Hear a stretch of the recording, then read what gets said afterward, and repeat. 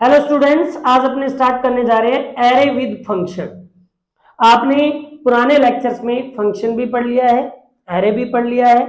अब हम इन दोनों का कॉम्बिनेशन देखना चाहते हैं। जैसे कि हम एरे विद फंक्शन करते क्यों है। मान लीजिए हमने मेन फंक्शन में सारा काम कर लिया। मान लो आपको एरे लेना है, एरे को ट्रेवर्सल कराना है, एरे में कुछ सर्चिंग करनी है, या दो एरे को जोड़ना है, थर्ड एरे में कॉपी कराना है। आपको मल्टीपल ट्रेवर्सिंग या मल्टीपल एग्जीक्यूशन करनी है एरे में, तो वो सारा काम आप कहां करते हो? मेन फंक्शन में, जहां पर आपने एरे डिक्लेयर कराया है। लेकिन मैं ऐसा नहीं चाहता। जब हमारे पास फैसिलिटी है, हमने फंक्शन में क्या पढ़ा कि function is like as a module, function is like as a block in which store multiple statements. और इसका यूज हम करते कहां है? कोड ऑप्टिमाइजेशन के अंदर, कोड रीयूजेबिलिटी में। और उसके साथ मैंने क्या बताया कि यदि प्रोग्राम लार्ज है आपका, तो आप उसको छोटे छोटे टुकड़ों में तोड़ करके उसको सुंदर तरीके से मैनेज कर सकते हो। सेम एज इट इज वैसे ही एरे विद फंक्शन आज हम पढ़ेंगे। कैसे कि आपको मैं एक एरे मेन फंक्शन में डिक्लेयर कराऊंगा और उसको फंक्शन में पास करवा दूंगा, और ट्रैवर्सिंग वगैरह जो भी करनी है आप फंक्शन में कीजिए। आपको सिर्फ और सिर्फ रिजल्ट आपको मेन फंक्शन में मिलेगा। सिर्फ ये चीज आपको पढ़नी है, उसको हम कहते हैं एरे विद फंक्शन। लेकिन एरे विद फंक्शन में 1D एरे विद फंक्शन में आपको करके दिखाऊंगा, और 2D एरे आपको प्रयास करना है। लेकिन फिर भी नहीं आए तो आप कमेंट के माध्यम से हमें बताना, मैं आप लोगों को उसको 2D एरे भी करके दिखाऊंगा। देखिए कैसे। मान लीजिए आपने दो हेडर फाइल लगाई, include iostream.h, conio.h, और आपने एक फंक्शन बना लिया किस नाम का? L2CL नाम का। लेकिन अभी इसमें मैंने कुछ नहीं डाला, मैं यहां पर इस तरीके से फंक्शन बना के छोड़ देता हूं। और मैंने मेन फंक्शन बनाया void main curly braces start and close. मैंने एक एरे बना लिया int x, आपकी वैल्यू डाल दी 5, और उसमें कोई भी वैल्यू डाल दी 10, 20, 30 एंड 40 और 50। ये आपके 5 एलिमेंट मैंने एरे में डाल दिए। और मैंने क्या किया, यहां पर L2CL नाम के फंक्शन में मैंने एरे को भेज दिया।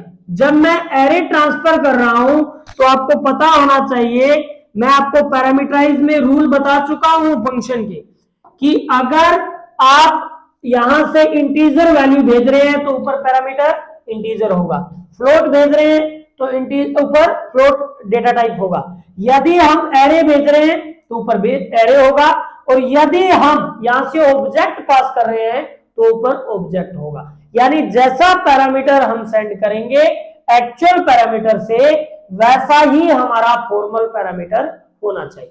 तो आपने क्या सेंड किया है? एक्स। एक्स क्या है? एरे है। कौन सा एरे है? 1D array. किस टाइप का है? इंटीजर टाइप का है। तो मुझे एक इंटीजर टाइप का 1D एरे बनाना पड़ेगा।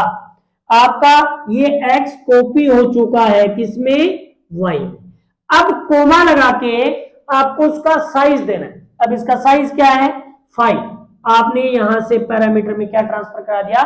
5। और यहां पर आपने एक वेरिएबल ले लिया जिसका नाम ले लिया साइज, और ये वैल्यू किस टाइप की है? इंटीजर। तो मैंने क्या किया, इंटीजर वैल्यू का एक वेरिएबल लिया साइज, और उसमें वो 5 क्या करा दिया? कॉपी करा दिया। अब देखो मेन फंक्शन की अपनी जुम्मेवारी वो खत्म कर चुका है कि एरे लिया, उसका साइज लिया और उसको पास करवा दिया किसमें? फंक्शन में। अब जो ट्रैवर्सिंग वगैरह करनी है वो कहां करो? फंक्शन में करो। मतलब मेन फंक्शन लाइट वेटेड रहेगा, उसमें कोई कचरा हमें नहीं करना है।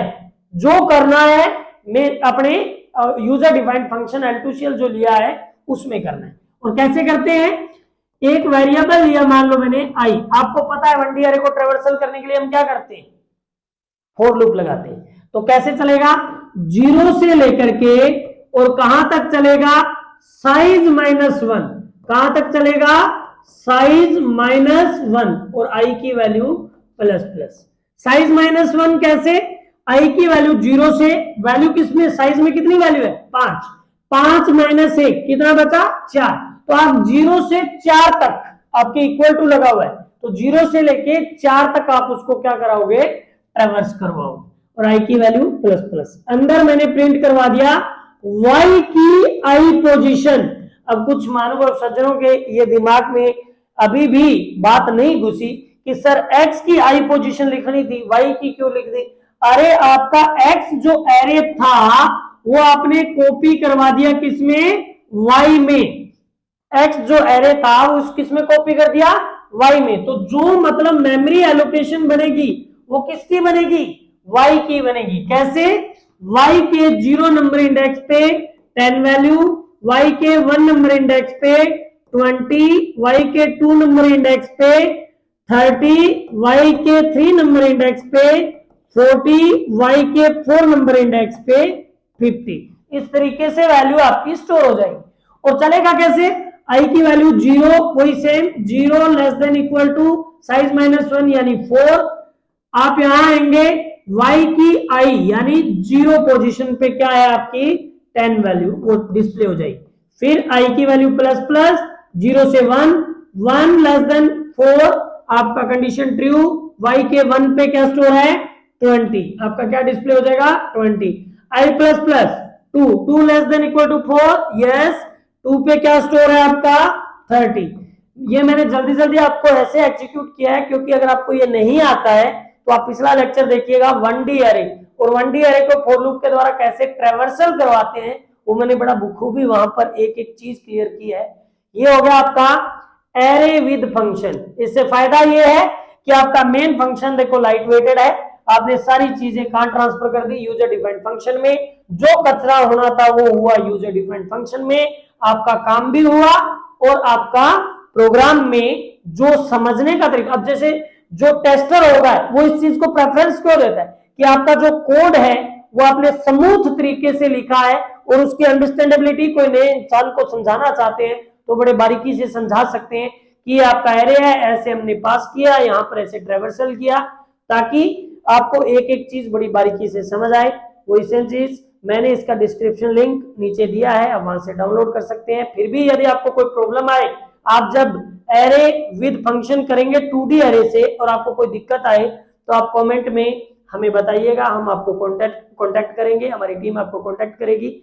बारीक से बारीक प्रयास हम आपका क्लियर करने की कोशिश करेंगे। लेकिन ये एक बात हमेशा याद रखिएगा, एक कोई छोटा सा प्रयास किया जाता है तो उसके मोटिवेशन की हमेशा जरूरत रहती है। और आप लोगों से हम्बल रिक्वेस्ट है, यदि आपको सीरीज अच्छी लग रही है और हमारा प्रयास आप कंटिन्यू देखना चाहते हैं तो आप लाइक, सब्सक्राइब और शेयर करें ताकि हम ज्यादा से ज्यादा मोटिवेट होकर के आपको अच्छी से अच्छी चीज पहुंचा सकें। आज के लिए इतना ही, धन्यवाद।